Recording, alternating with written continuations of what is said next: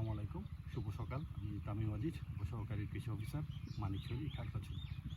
সুপ্রিয় বন্ধুরা, আমি এখন আমাদের এক আদর্শ কৃষক মংসানুদার বেগুন খেতে রয়েছি।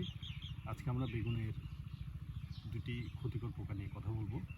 একটি হলো সাদামাছি আর একটি হচ্ছে থ্রিপস।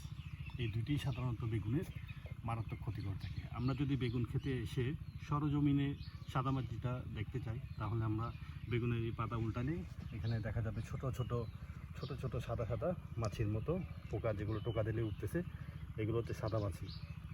এই সাদামাছি দমনের জন্য আমরা সাধারণত ইমিডাক্লোরোপিড জাতীয় ওষুধ ব্যবহার করে থাকি।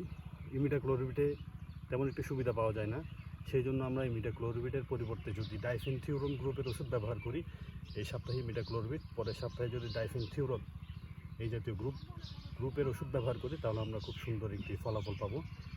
ডাইফেনথিউরন গ্রুপের বাজারে যে সকল ওষুধ পাওয়া যায় সেগুলো হচ্ছে প্যাগাসাস, প্যানার ইত্যাদি।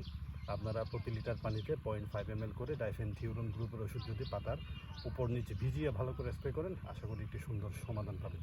ধন্যবাদ। আসসালামু আলাইকুম।